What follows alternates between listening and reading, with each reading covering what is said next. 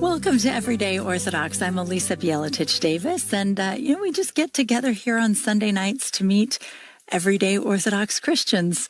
I think it's really a beautiful thing for us to get to know one another. All together, we're the body of Christ, right? We're brothers and sisters in Christ. But so often we don't really know each other, both because, North America is a big continent and we're all spread out. But it's also the case that we're in different jurisdictions. We worship in different languages, on different calendars sometimes. And we don't all come together as a pan-Orthodox community enough. And so this is sort of my little project for real unity in the Orthodox Church here in the United States. We talk about administrative unity, but what about like real unity, like loving one another and knowing one another? So this is kind of like our national coffee hour. We can come here and we can meet all sorts of Orthodox people and just have conversations. And I find Orthodox people are fascinating people. They're very interesting. We have a lot of immigrants who come in from different lands, different places with great stories and fascinating paths to get here. And then, of course, their children grow up with great stories because they've got these quirky immigrant families. And then, we have a lot of converts like me, and we come in through all different ways, and we grow up with all different backgrounds. So we're an interesting church. We're an interesting crowd of people. And I just love having this opportunity to get to know so many people. And I want to let you know that, of course, Matushka Trudy Richter and Simon Nelson as well are producing the show tonight. They're in Chesterton, Indiana, in the Ancient Faith Studios. And we are live on YouTube, thanks to Simon. We are live on the Facebook Live for Ancient Faith Ministries. We're, of course, on the Ancient Faith website and on the AFR app. So you can stream us just about anywhere.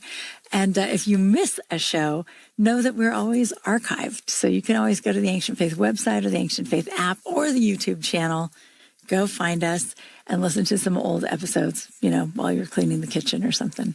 So without any further ado, tonight's guest is really a wonderful person. I got to meet him late last year at the Yes Conference. I know I've talked a lot about the Yes Conference to all of you, but it was really neat. And so Jason was there, and he spoke at the conference, actually, and he had a great story. And I didn't get to hear it because I was in a different workshop at the time, but I heard so much about it. I thought he has to come on the show and tell us. So his name is Jason Catanese, and he is actually the chairman and the executive director of Camp Catanese Foundation. He's a co-founder of the foundation. And he's the camp director at a camp. And I'm going to let him tell you about this camp, but it's really neat and it's changing lives. It's really cool. He is a teacher. He went to Northwestern. Got his master's of education at Arizona State University. But the really neat thing is, he was teaching with Teach for America. He was a National Teacher of the Year for Teach for America. So that'll tell you he's a pretty good teacher, and he's a pretty great person. He's got some good ideas, and he's done some really beautiful things. And hopefully listening to Jason will sort of inspire the rest of us to do something beautiful with the time and the talents that God has given us here. So, all right, without any further ado, Jason, welcome to the program. Thank you so much for having me.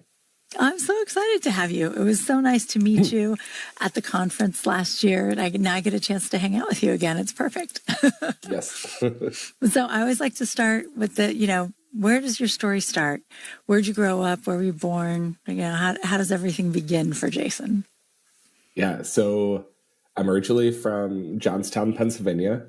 I grew up going to church with my family. My mom was involved in everything at the church. So she was the superintendent of Sunday school, the choir director. So needless to say, my brother Nathan and I were always at church. And, having that background, I think, really instilled within us. Faith was always really important to us.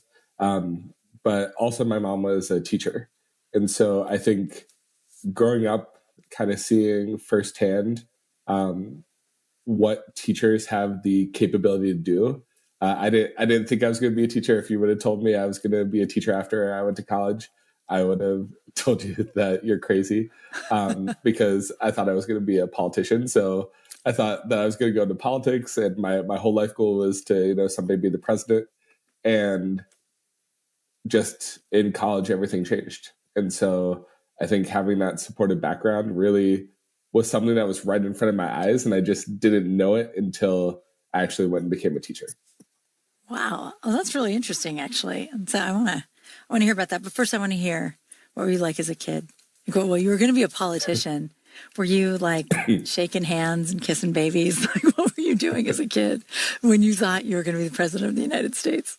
I mean, there's still time, Jason. There's totally still time. There's still time. I was always given a lot of opportunities, and I think that my throughout middle school, throughout high school, I was always running for something, whether it was president of middle school, president of high school, but also I think that my dad and I always joked that I spent so much time at camps in the summer too. So I was always meeting new people. And 7 weeks, 8 weeks out of the summer, I was at a different camp. So I was anywhere from Antiochian village to student council camp to soccer camp to Boy Scout camp to every possible camp that you can imagine. Wow. I mean, that works out really well. It's a lot of research, as it turns out, for your eventual calling there. But so you went to all the camps. You met all the people. Are you really outgoing? Are you like extroverted, or are you actually secretly introverted, but you're still shaking hands and saying hi to everyone? Yeah, I'm very extroverted. So yeah, I've done those personality tests, and it always comes back. I'm like 98 or 99% extroverted. So it's something that I think I had to be with just all the different situations I was placed in as a kid. Absolutely. So you were playing sports. You're doing everything, right? Like you're going to church, you're playing sports, you're on student council, you're kind of energetic. It's impressive that you could keep up with all of that. But so what did you think about church? Like your mom being the choir director and the Sunday school superintendent. Like that already, those overlaps. That's already a lot of work. So clearly you get some of your energy from your mom. But what did you think of, like, when she's in the choir, as a choir director, you have to go to all the like lesser known services, right? Like you're at a bunch of services nobody else goes to. You weren't frustrated at all about that as a kid? I mean, because I think you can come out of it with strong faith, but still be annoyed about it when you're 9, right? Yeah. I don't even think that I realized there was anything else to do, because like we were just there so often. So, I grew up going to St. Mary's Antiochian Orthodox Church in Johnstown with Father Don Shaddad and Claudia Janet Shaddad. And, like our family is super close to their family. So Father Chris Shaddad and Steve Shaddad were always there whenever we were there too. So it was kind of one of those things where we just were always there for weekday services, for Vespers. We were, as 14-year-olds, 15-year-olds, we were the chanters. And I think that was something that it wasn't like we had to do. It was just something that we were already planning on doing. It was on the calendar. So we just went. Nice. And I think, honestly, like sometimes I'll be talking to people and they're like, well, how do I get the kids to go to church? And it's like, if you just always go, they just accept that you always go. Is when you start making a lot of exceptions that the kids start going, wait a minute, this is optional? Hold on, let me think about this. Like, what would I rather do? But it's true, right? If it's just on the calendar, this is just what you do, and you don't worry about it too much. You don't concern yourself. Yeah, absolutely. Cool. That's very cool. Okay, so as you're growing up then, so you played sports as well. You're doing all these different things. How was high school? Were you like student council every year? You were just always in meetings deciding like how to put up prom posters and what the theme was going to be? Yeah. I think I learned early on I was really good at event planning. So that's something that sort of translated really well into someday running our own camp, or someday, being a teacher. Yeah, no kidding. Well, student council is always funny to me because it's like, it's very, the kids are very serious about it and it's really great. But also in the end, it's really event planning. It really is like, okay, you got to plan the homecoming, you got to plan the prom. There's not a lot of serious work to be done, but it is, it's cool. All right. So then you went to Northwestern. So you left home, right? Like you were in Pennsylvania and you had been there, and it was time to break out and go to Chicago. How was that? So it was awesome. I absolutely loved my time at Northwestern. And what I really liked about Northwestern was that it was a school that was full of kids that were very similar to kind of the ideas and passions I had. So they were all hardworking kids, but they were hardworking kids that wanted to make a difference in the world. And so immediately got involved with my OCF. I was involved in an organization called Dance Marathon, where it was the largest student group on campus, where we danced for 30 hours straight. And you had like every 3 hours, you got a 10-minute break, but then you raised money for some sort of charity. So my senior year, we raised $1 million for the Children's Heart Foundation. So I was trying to surround myself with things that were allowing me to think beyond, just what was going to make me a better student, but a better person.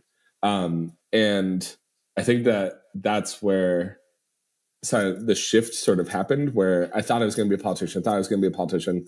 And my first 2 summers at college, I was able to be a counselor at Antiochian Village. And then between my junior and senior year, my dad told me, he was like, you have to get an internship. So I got an internship in Washington, D.C. And the whole time, I just absolutely hated it. I hated working for a politician. And it was really funny because I just spent 3 years, studying politics. And every weekend I was driving up to Antiochian Village. And there was, in the middle of the summer, Deacon Merrick Simon, I was going to volunteer for a week at the village. And Deacon Merrick pulled me aside and said, hey, we need another counselor.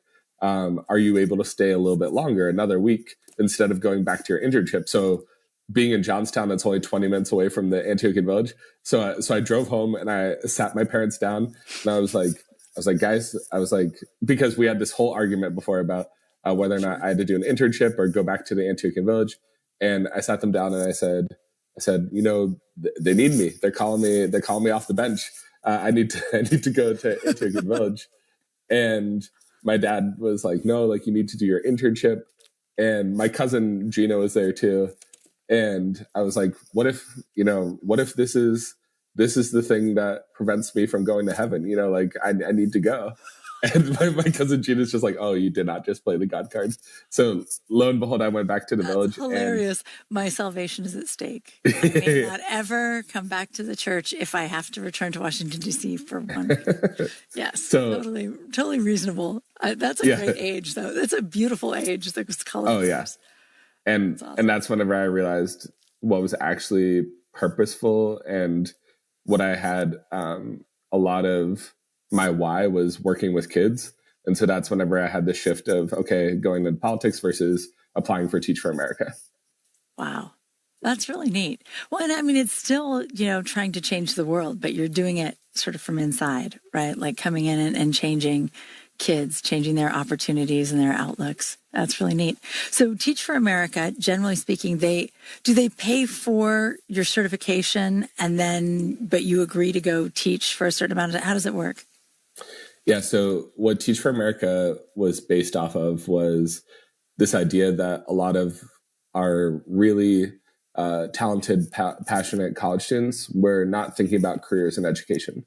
And so if there was a way that they could go similar to the Peace Corps and be a teacher for 2 years in America's really high need schools, then you would have all these people that would become passionate about education, regardless of if they stayed in education or not. So, right. So it's pretty difficult to get into. It was, I think whenever I applied, it was something like 5% of the people applying actually got in.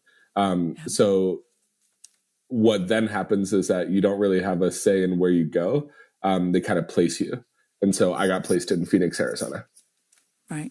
And so is Phoenix a place with like a lot of high risk, low income families? Is it? And that's why it's a Teach for America city, right? Like Teach for America is in places where things are really difficult education. Yeah. And it's in pretty much every major city now and also a lot of rural areas, but especially in Phoenix. I was placed at a Title I, very low income school district that also was a very immigrant heavy neighborhood. Okay. And did you speak did you speak Spanish? Did you speak other languages? Or did you like, yeah, So yeah, you're like, so I can read the chanting books in Syriac or something. so I took Spanish in high school, and then in college I took Italian. And I remember there was like one parent teacher conference. I thought I was crushing it. I thought I was on a roll. And really looking back on it, I was speaking a lot of Italian. And Yes. now I'm okay. Like, I wouldn't say I'm fluent, but I have to speak Spanish a lot to, especially our parents. I love that you brought that up because I did the same thing. I just spoke Spanish in high school. I learned Italian in college, and it like ruined my Spanish because they're not at all the same, but they're very similar. So it's like just enough that you start saying the wrong words all the time. It's terrible. And like both languages are mixed for me now. So it's good work. You know, we should have studied like Chinese or something totally. I know. But so you're in college at Northwestern, and it's all these kids who are just like you, and they're all like bright, hardworking kids who want to change the world. And then now, and it's a big honor to be Teach for America, but that's a huge shift because now you're in Phoenix and you're at a school where probably not everybody's a Teach for America teacher. You're not surrounded by this like energy of all these other bright kids who just want to do it. What was that like? Was it tough? What kind of environment did you walk into? Well, the first thing I would say is that I think I got very lucky with the principal I had because he was super welcoming. He brought our whole school together. And one thing that was very unique, I would say, about my first year was that our school was a D-rated school for 2 years in a row.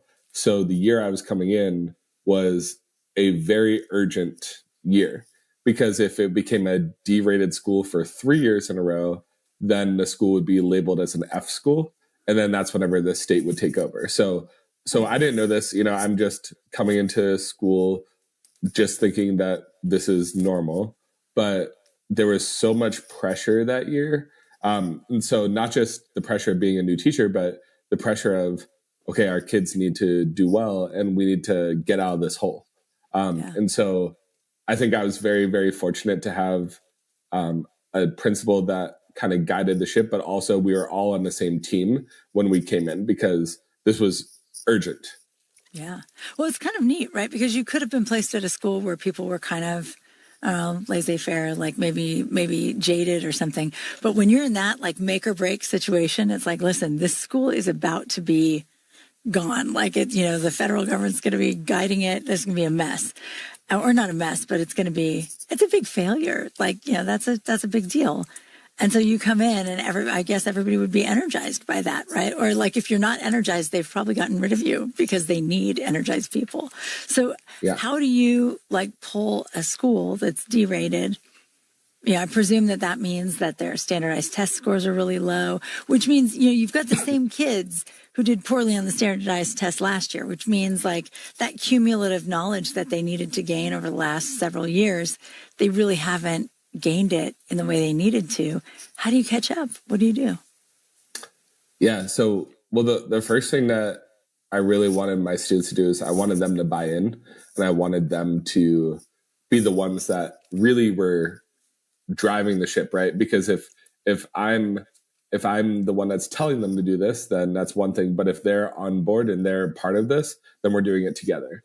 But the first day I walked into my classroom, I told them all, we're going to be, the best math class in the district by the end of this year. And, I had kids looking at me that they were like, like, you seem nice, but like, we don't think that's going to happen. But they're like, but we're happy for you. We're happy that, you think this. And slowly and surely, like as the year went on, we got better and better and better at math. And by March was whenever we had test data that showed that we were, better than all the other classes, which was awesome because it really built confidence in them. But it really started to be, okay, like this is what we're going to do. But they started to believe it once they started to see it. And it really brought a lot of confidence into them because, we were not known as this great school. We were known as, if anything, the worst school in the district for math. And So I wanted to celebrate, but the problem was that we were so, I guess, like watched for time by the state that every single second had to be sort of controlled in terms of, okay, you had to be doing something academic. So we weren't allowed to do any parties, we weren't allowed to do any of these things. But they were doing so good, and I wanted to celebrate in March. And so I told all the kids, I said, okay, so tomorrow we're going to have a secret party, but we're going to have a school supplies party. We're going to have, you know, and I started saying it to them, and they were like kind of buying in. And I said, we're going to have chocolate covered highlighters. We're going to have highlighters with sprinkles. We're going to have glazed highlighters. And the kids are catching on. They're like, okay, okay. And one kid in my class, he's like, you're going to put chocolate on highlighters? And the kids are like, no, he's talking about donuts. And he's like, oh, okay, okay. And so the next day, I like went to, it was called Rainbow Donuts, and got 12 boxes that clearly said Rainbow Donuts on them. But I was like, if I get to school early enough, you know, no one will see me like smuggle these highlighters in. And I get to school, and the worst thing happens. I run into my principal, and he says, what you got there, Jay? And I was standing there like kind of deer in headlights. And I said, school supplies for the kids, sir. And he's like, keep up the good work. And I was like, okay. I was like, this was actually surprisingly easy. So I put them all in my classroom, and class after class, the same thing keeps happening, where first period, second period, third period, fourth period, all the way to my last class, which was seventh period, half the kids are eating their donut, and half the kids are asking for a napkin to take it with them. First period, it happens. Second period, it happens. Third period. In my last class of the day, one of my favorite students that year, who actually was his soccer coach and then also became his football coach too, so I was really close with him. He was one of the kids that really also helped turn everything around. He was super brilliant. And when everybody went to get their highlighter, I was watching him. And he was, you know, making sure that not a single sprinkle went missing. And the bell rang for all the kids to run to their bus, and he just stayed there because he didn't even want to go into the hallway in case someone would dent it. And whenever all the kids left, I felt comfortable enough with him to ask him a question. And the question I asked him, I said, hey, like, why didn't you eat your highlighter? Like, you deserve this. You're one of the smartest kids. You really helped turn this whole thing around. And with a big smile on his face, he said, Mr. Cat, today is my sister's birthday, and we didn't have enough money to buy her a cake. And so I'm so excited to take this home to my sister. And so he walked out of the classroom, turned around, and he just smiled. He said, thank you, Mr. Cat. And I probably stood in place for about 10 minutes, just thinking about how my whole life I'd been given everything. I had the best parents in the world. I had every opportunity available. They made sure that educationally I had every opportunity. And this singular moment was kind of this eye-opening experience where I realized how blessed I was, but that this was really what I wanted to do. And that this was something that was making a difference because of the fact that it was more than just getting better at math. We were helping to love others. That's beautiful. That's amazing. So I'm just thinking about that kid now. I can't kind of pull out of it. But, so that sort of changed your view maybe a little bit on what was happening here, right? And so I guess by the end of the year, you're like the best math class in the district, right? You guys were killing it. That's beautiful. That's good. And I assume that the school in general was able to turn it around. Yeah. I mean, even today we're no longer at that label that we're close to, you know, being taken over. We're at a B school. We're almost an A school. And so just seeing that transformation over the last decade plus, you just see so much belief in the school, so much belief in what you're capable of doing, especially when we do it together. Well, and it's not just that the school gets a better rating, right? It's that these kids are now like they're learning and they're able to, you know, sit down and take a standardized test and show their knowledge on the test, which is kind of two different things. And they're, you know, it's a big deal because it changes the way that they're thinking about themselves and it changes the possibilities for what's going to happen with them when they get out of school. Is it a middle school? Is it elementary? It's a kindergarten through 8th grade. Oh, okay. So it's both. Excellent. That's really cool. Okay. So,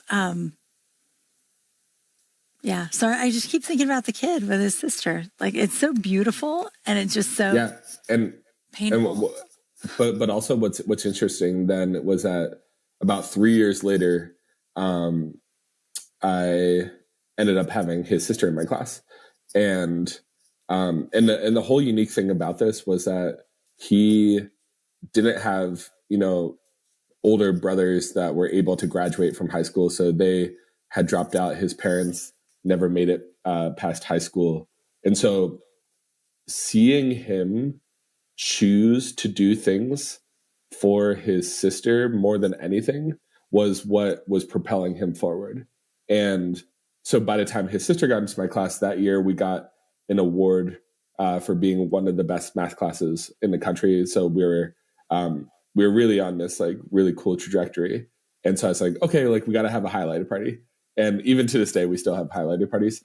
And his sister came up to my desk while we were having this highlighter party. And she said, "Hey, Mr. Cat, by any chance, 3 years ago, did you have a party like this in your classroom for my brother?" And I said, "Yeah." And so she just said, "Okay, thank you." And she went back to her desk and I saw her wrap up her napkin with her donut. And I knew she was going to take it home to give to him. And I think it just shows that love is so impactful. And one of the things that we say in my classroom, we say, open hearts, open hearts. So when you have an open heart, you open up someone else's heart. And I think that was just such a clear representation of that happening. That's beautiful. That's so neat to come full circle like that. And for him to finally get his donut, to have somebody taking care of him. But I can easily imagine, there are some kids who can get like that motivation from that idea of, okay, I'm going to take care of her. And that can carry them for a long way, right? Like that can carry them all the way to like, I'm going to get a good job so that I can pay for her college, or I'm going to, that's really beautiful. Well, we are going to take a very short break and then we're going to be back. And I think we already figured out how you got National Teacher of the Year, and we'll find out how this camp started and what's going on there. So we will be right back with Jason Catanese on Everyday Orthodox.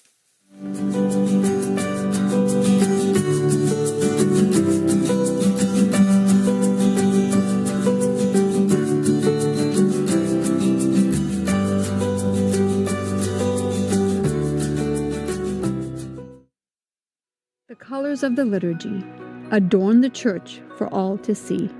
What colors are highlighted in the church this week, and what colors might you see in 2 weeks' time? Through memorable rhythm, discover the colors that change throughout our liturgical year.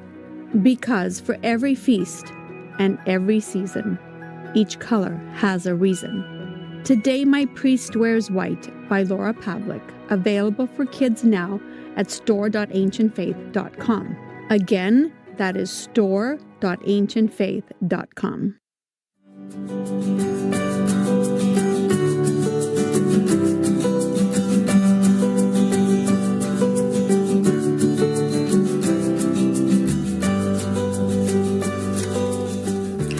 Welcome back to Everyday Orthodox. We're here today with Jason Catanese, and we've been talking about his sort of the beginning of his time there in Phoenix, Arizona, teaching in a school that was really struggling and kind of on the edge of failing, and now is doing so much better and is thriving. So thank God for that. And actually, that's really a great opportunity that they let you teach math your first year teaching, right? Because a lot of times first year teachers come in and they're like, no, we're graded on math and English. Like, you come over here, teach something else. But they trusted you with the math right off the bat. That's kind of cool. That's impressive. But so as you're teaching, you're busy. Did you still sometimes at summertime go back and help out at Antiochian Village? I did. So for 2 of the summers in my first couple of years teaching, I actually went back and I was the evening program director there. Oh, that's a great job. You get to run all the games and all the entertainment, right? Like summer camp, the activity director in the evening just gets to spend all their time like putting together ridiculous, silly games. Like, tell us about what kind of camp games did you do? well, so each night was something different, but we had a carnival night, we had a pool party, we had a campfire, we had, a hockey night. We did a decades dance. We did a Huffley. We did like every single thing that you could think of. But it's honestly like it's perfect for a teacher, because teachers are something that I realized are very good at backwards planning. So they know the end result, and then they have to figure out how to get there. And so I think I didn't realize that it was actually the perfect job for a teacher. Yeah, absolutely. It's the same skill set for sure. Except this one, you get to have a little bit more fun. Like with the other one, it's like, no. The highlighter party comes later. Right now, we got to work. But this, you don't have to work. It's just all fun. It's great. But so at what point did you start thinking about Camp Catanese? Like, when did that become an idea in your mind? And tell us a little bit about it. Yeah. So my students, they were very smart, especially that first year. But for my second year, I remember going to my principal and asking if we could do an algebra class, because that was just not something that was offered at our school. And algebra was something that was offered at a lot of more affluent schools. And what's actually interesting is that the highest indicator of whether or not a kid will graduate college in 4 years is their math background. And so if they take calculus by the time that they graduate from high school, they have an 83% chance of graduating college in 4 years. And that's something we can control. But we had to make sure that we were offering algebra as a middle school, because otherwise, if you start algebra as a 9th grade student, then it's going to be really hard to get to that calculus class unless you double up in math. At least it was then. And so I remember asking if we could, and, the 20 years that our school had been around, there was something like, fewer than 10 students had ever passed algebra. So they just said, no, like the data is not there. And I think this is something that like you and I have talked about before. And, thank God Jesus wasn't data driven, because I think so many things in our life are, people want to see, okay, like what's the data? What supports this? But sometimes you just have to have faith that it's going to happen. And so, Jesus wasn't data driven, so we didn't need to be either. And so I started talking to kids. I started talking to parents. I went door to door. I went to different apartment complexes and trailers and different things like that to kind of explain to parents, hey, we're going to do something different. We're going to do an after school algebra class that's completely voluntary. And that's how I heard it, because I'm stubborn. I didn't hear, oh, you can't do an algebra class at all. I heard you can't do an algebra class during the school day. And so I love that. It's algebra club, but you'll get credit for it at the end. Yeah. And so that first day that we had an algebra class after school, a bunch of my friends helped. I thought there were going to be 20 kids that stayed after, and we went to open the door after school. And this was a voluntary 2-hour after school algebra class for 3 days a week, and 86 kids showed up. And so it just went to show you that when you give kids opportunities, they're gonna rise to the occasion. And that year we had 99 students pass what was called the algebra qualifying test, which was a test that was administered by the high school district here in Phoenix. And if you pass it, you get a credit. And so we had more kids passing that test than any other school. So since then, like we've become this algebra, geometry sort of, mecca for kids, because like we're doing things that a lot of people don't think can be done, especially in a Title I school, especially in a low income school, especially with a large immigrant population. But then that first group of kids 4 years later is when we started to see, okay, there were still opportunities that they needed. And so my really, really good friend, Erica David Parr, was someone that was way better at math than I was. And some kids from that first year of algebra needed help with math 4 years later. And so they were taking pre-calculus. And so we met at a Starbucks, and it was Erica, myself, and the two boys. And Erica was the one that was actually doing the math. I was just there to buy the coffee. And the two boys were really embarrassed to ask a question. And the question, they were like, you ask. And I said, you guys can ask us anything. And the question was, have you ever heard of something called the ACT? And I said, the ACT? Yes, I've heard of it. And they said, we're taking it on Monday. Is it important? And the more questions that they asked, the more that Erica and I left that conversation feeling like there was so much more we could do. And so we went to another coffee shop. We started brainstorming. And what we came up with was, we knew camps. Erica and I actually met at Antiochian Village along with a lot of our friends, Joanna Aboud, Anis Mokaiber, Nathaniel Gwynn, Eli Maluhi, George Mehta, like all these people that we were very close with. And we started calling them and we said, hey, Tina Saad, we're going to start a camp here in Phoenix, Arizona. It's going to be for kids that are my students, but would you come and help? And so we had 30 young adults it was actually kind of remarkable that we really didn't have a plan, but they were just believing in this mission. They were believing in, saying yes to like what's in front of you. And I think that really that's how this all starts, is whenever there's something that we can do, saying yes to it, not just ignoring it. And we had 30 of our young Orthodox friends fly in to be these counselors, to be these program directors. And we had 120 kids that were going to be at our summer camp, Camp Catanese, that was at Arizona State University's campus, so that our kids could see themselves in college. They could visualize themselves in college, because our whole program was them living in the dorms, was them in the classrooms, and more importantly, was them just picturing themselves in college someday. Yeah. Well, it's true. I think, if you're not in that situation, you may not think about it, but so much of preparation for college is just knowing what the SAT is and what the ACT is and like what the application process is and all of these things, in family, like my parents didn't go to college.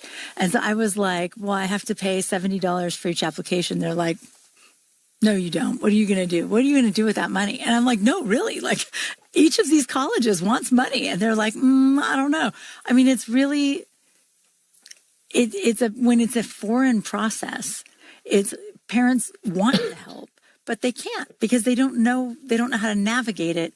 And then, as you say, the kids have to be able to picture themselves there because it's going to be hard to get there, but they need to have that image. There's like a old story about, I don't know if you've heard this, but it's like there's a dog that sees a rabbit and the dog's chasing the rabbit and he's running, he's going crazy, he's barking, he's chasing it. Other dogs see him and they all join him and they all start chasing it. But after a while, all the other dogs get tired and they fall off. But that first dog never stops because he saw the rabbit. And so he knows, right? Like he knows he can do it. And so there's something about that, I think, that, if you're showing them, you're here, you're sleeping in the dorms, this could be your life. This is you. This is totally within reach. But that's beautiful. So when they're in classes, are you like teaching them? I mean, it's all Orthodox people. You're not teaching them about Orthodoxy, right? It's not a religious camp, but it's just people with a heart for service that you happen to know through the church. Yeah. And I think that first year, our whole staff was Orthodox. However, since then, it's like 98% of the staff is Orthodox. Like we have a few other friends that we've known that get involved, but the kids themselves are going through the same schedule that we would have gone through at Antiochian Village or Camp St. Raphael or Camp St. Nicholas. But for morning program, they're learning about college and careers and different opportunities. Our kids are so smart, but 90% of them are first generation college students. And so, like you said, if they don't have someone that's guiding them, then oftentimes the what ifs sort of win out, right? The what if I can't afford college? What if it's not for me? What if there's different difficulties that come up, right? And so if we can provide a space that's safe for kids, where they feel loved, where they feel empowered, That's really what this is all about. And so when we wanted to do this, we were we were very much so like 25, 26 years old. And most people when you're 25, 26 don't spend their free time, I guess, starting a nonprofit. But we wanted to do that because it really was still about what we were called to do. And so I often think about, Father Alexander Schmemann says, like, we're all called to the priesthood. And I don't necessarily think that means that like we're all called to like wear collars and, have a parish. But what we're called to do is we're called to be like priests. And so if we're all called to the priesthood, as, St. Paul would tell us to do as well, then I think that what that means is whatever it is that you're doing in life, loving people the same way that a priest would love you. And I really see that as we've grown now from this summer camp to a year-round sort of program where we're helping. Last year we helped 432 students, and it's all service. So we're not trying to fix anyone. We're not trying to, tell anyone that we're better than them, because that's not at all what it is that we believe. We are there to serve. And so the best way that we can serve is just by, in every single thing that we do, just loving. And so, yes, a lot of us are Orthodox, and that's like a really key component of what we're doing. But what's more important is that, as St. Francis of Assisi says, right, preach the gospel at all times, but when necessary, use words. It's really about just love. And so every single counselor that is getting a cabin of 8 kids or 10 kids, their only job is to love those kids. And then those kids have that person in their life that they can ask questions to, that they can count on when they need them most. And so the most beautiful thing about this is that, my students are now knowing my friends from, Florida and California and New York, and we're all doing this together. And so it's just growing and growing and growing. And it just shows you, like I said earlier, open hearts, open hearts. That's beautiful. That's really neat. Well, and I like, what you're saying about service, right? Because I think, people might not think about that a lot, but, Orthodox camps and Yes, and all of these different organizations really pointed out that so many times when we, somebody takes their kids to go into a less fortunate neighborhood, and it's like, well, we have so much and we have everything, and we want to just go like help them out and like lift them up. And there's this sense of, you walk in like you're the one with all the answers, and you know what everything is, and you know how to handle it. And it's just, you guys aren't changing their families. You're not changing their homes. You're not stepping into their lives in a way that would be maybe intrusive or problematic in some way. You're just, taking this piece, right? And just sort of saying, you are valuable and you are loved and we are here. And I think that's really neat.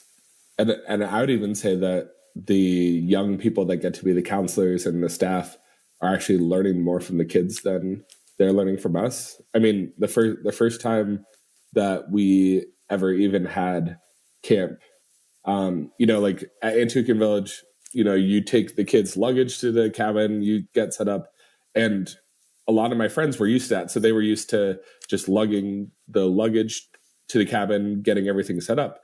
But when the kids were showing up, a lot of them didn't have all this luggage with them. They had a grocery bag that was full of some stuff, or they had, a black trash bag that was full of some stuff. But they really were, I think, kind of a little bit taken aback, because they're like, where's all the stuff? And I said, if you really want to know, you can ask, but their answers are going to really change your outlook. And,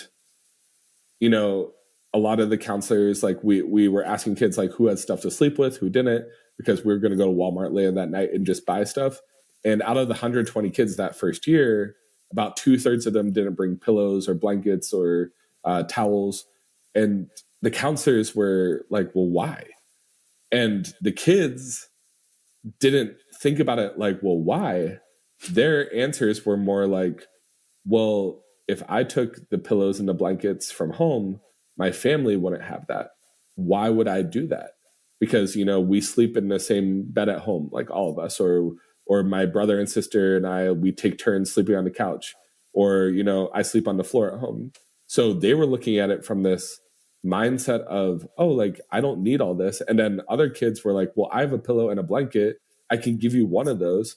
So they were looking at it more so from what they had versus what they didn't have.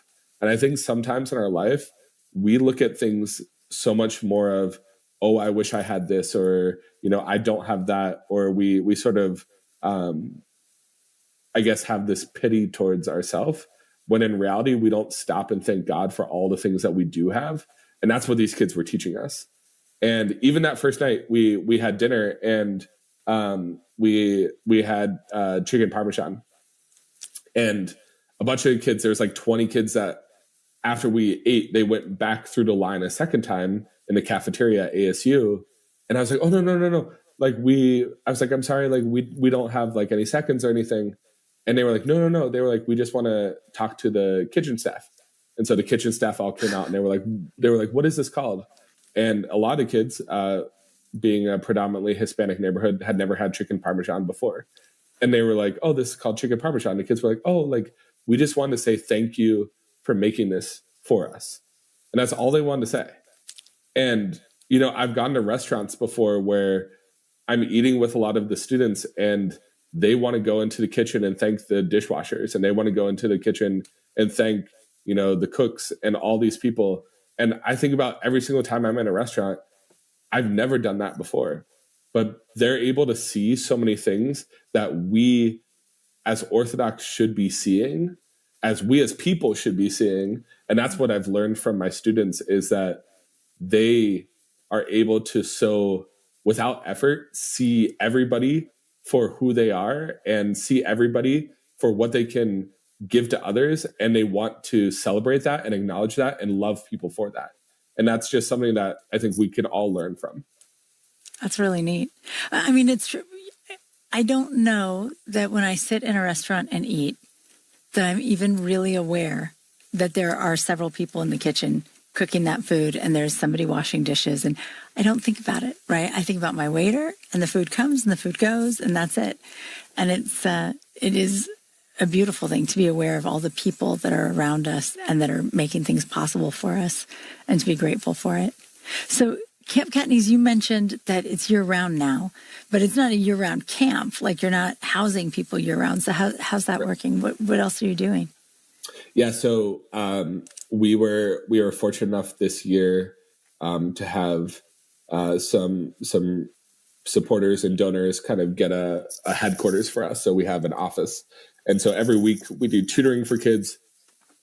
We do different programming for kids, but we also do weekend retreats for kids. We do a winter camp. We do a fall camp, a family camp. And we're just building this program that can support kids in any way that we can. And so the program itself is run by volunteers, and thank God now we have 6 staff members. But for the last 9 years, it was all driven by volunteers and what we're able to do. And so what we wanted was a safe place for kids every single day, not just at these camps. And that's what we're able to do now. That's neat. That's really neat. Well, and it's just so interesting to me, because I think there's an at-risk population that in some ways is hard to reach, because it's like, you can serve people who are homeless. You can serve people who are already, like, things have already fallen apart. But there are a lot of people who are kind of on the cusp, and they're living in poverty and they're struggling. And this is a great way to reach in and improve that situation without, without things having to fall apart before somebody gets some help. Like, in a lot of ways, we wait until the family's fallen apart and they're separated and there are all these problems. What was family camp like? How did that go? It was really cool, because the families oftentimes didn't get to really fully understand, especially since, again, these are a lot of kids that they were the first in their families to even go to camp. And so their parents now being involved, and also us doing different, I guess, lessons and programs that were also in Spanish so they could understand, really helped, I think, families to know, okay, when your kid is at this age, this is what you should be helping them with, or at this age, this is what they should be doing. And it was a lot of just bringing resources together and opportunities together, but also, having a whole bunch of moms that were playing volleyball as well. That's awesome. So, well, and it's a thing that we've talked about in youth ministry sometimes too. Like the kids come to camp and we get them all pumped up on orthodoxy and they're all excited. And then we send them back home, but we haven't done anything to prepare the parents to receive that. And so a lot of times you get these kids who are all excited and they've got all this fervor and their parents are like, no, we're not going to fast. We can't go to church this week. We're going to the lake. And they're like, we've set something up where they're like at odds with their parents. And that's not what you want to do, right? Of course you want to reinforce all these wonderful things happening in the family. You don't want to be fighting against that in some way. So it's really wonderful to be able to get the parents involved. And I think with the year round too, they can come in and they see what's happening and that's good too. So what kinds of, is it all tutoring year round? What kinds of stuff are you guys doing? Is it also college prep stuff?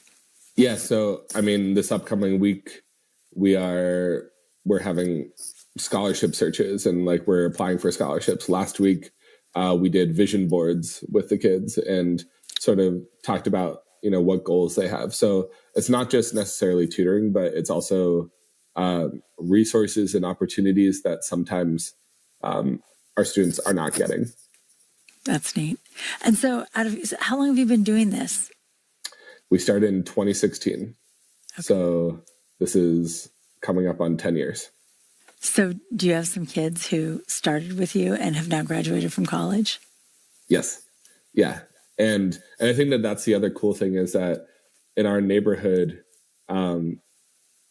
we've seen a drastic change. So the kids that we're serving, about 37% of kids typically in our neighborhood are going to college. And we've seen more recently about 98% of our kids in the last few classes going to college. And then graduating college, we have about 70% of our kids graduating college in 4 years. That's amazing. Which are all above the national averages.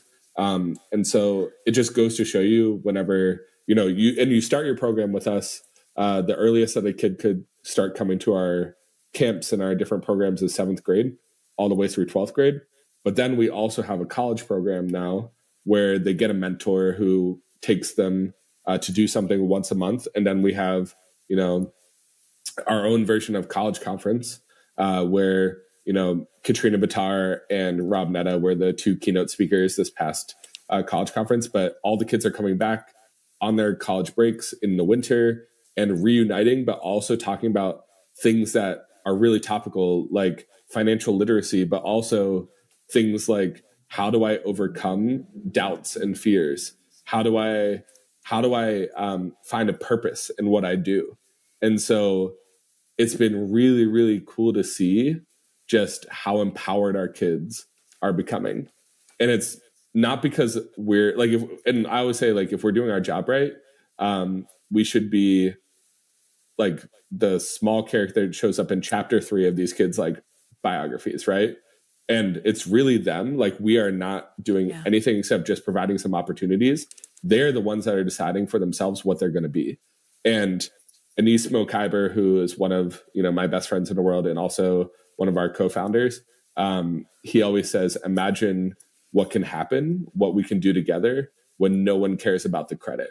And so it's all just about together how we can impact people. And it's the parable of the Good Samaritan, right? The parable starts out with, who is my neighbor? And these kids are our neighbors. And instead of just doing things in terms of, okay, we are going to go volunteer here today. We are going to go do this today. We are making this our purpose. We are making this our life's work. And our life's work is serving.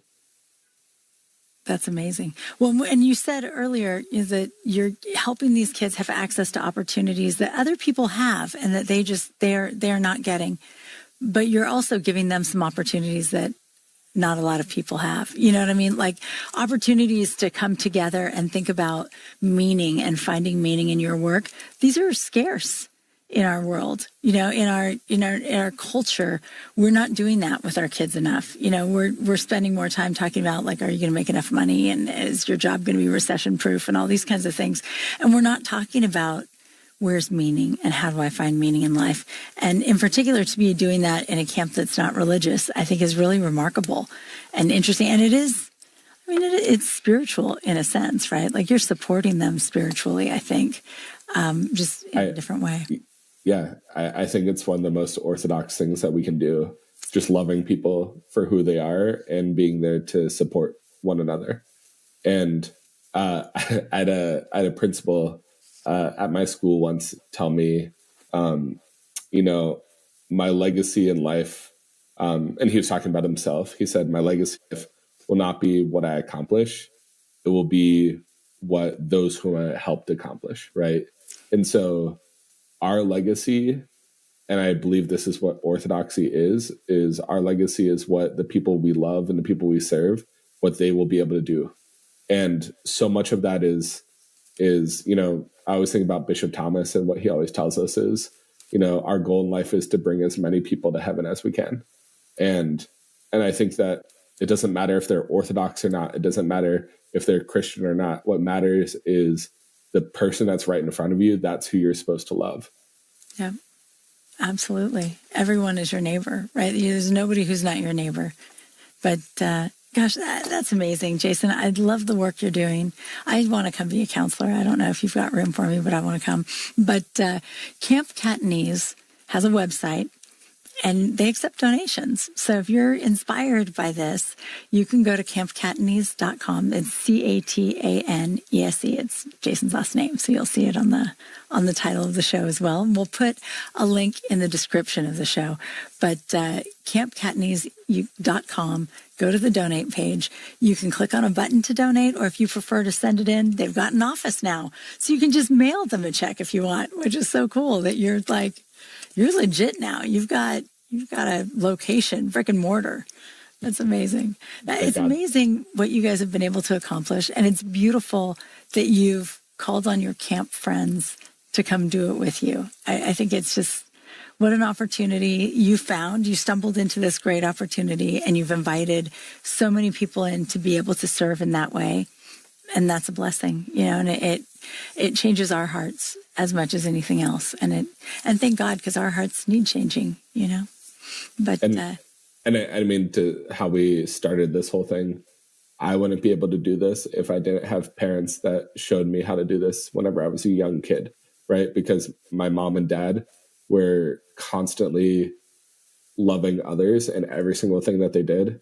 And I think that that's what we can do as Orthodox, is show the kids in our churches, show the kids in our families that this is how we're supposed to live. We're supposed to live by helping one another. Absolutely. Absolutely. That's a great note to end on. I like that very much. And Jason, I'm so glad you're not a politician. I'm so glad. I feel like you're accomplishing so much more, right? I mean, and there is a way in which to be a politician, you have to be taking credit. And as you've said, you know, how much more beautiful to just be supporting others and letting them, you know, take off and fly in a beautiful way. So thank God for that. Thank you, Jason. I really appreciate you coming on the show. Thank you to our audience. Thanks for joining us, and come back next Sunday night. We'll have another Everyday Orthodox guest for you. Good night.